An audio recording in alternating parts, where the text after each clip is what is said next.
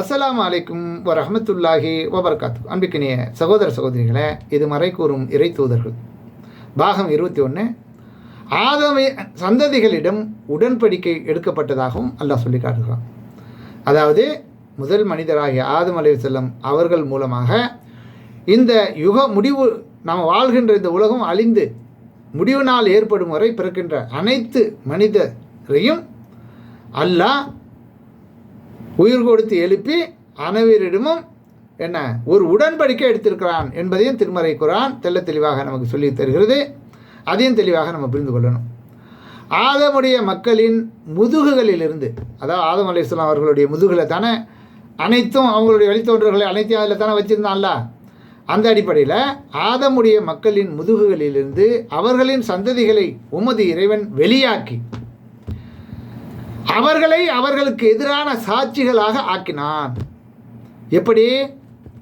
நான் உங்கள் இறைவன் அல்லவா என்று அவர்களிடம் கேட்டான். அவர்கள் அனைவரும் ஆம், இதற்கு சாட்சி கூறுகிறோம் என்று அவர்கள் அனைவரும் கூறினார்கள்.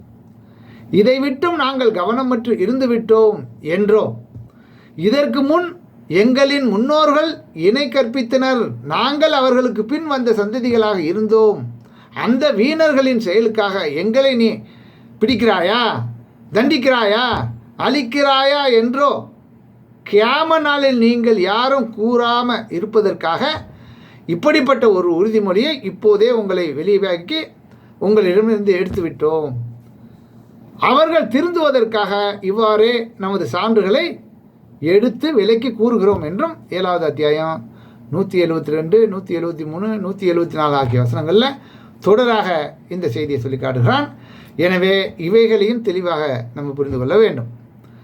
ஆதம் அலைஹிஸ்ஸலாம் அவர்களுக்கு, அதாவது மனித இன்னும் யாரெல்லாம் இந்த உலகத்தில் பிறந்தார்களோ இனி பிறக்க இருக்கிறார்களோ யுக முடிவு நாள் வரலையும், அப்படிப்பட்ட அனைத்து மனிதர்களையும் அல்லாஹ் ஆதமுடைய முதுகிலிருந்து வெளிப்படுத்தி இப்படிப்பட்ட ஒரு உறுதிமொழியை எடுத்திருக்கிறான்.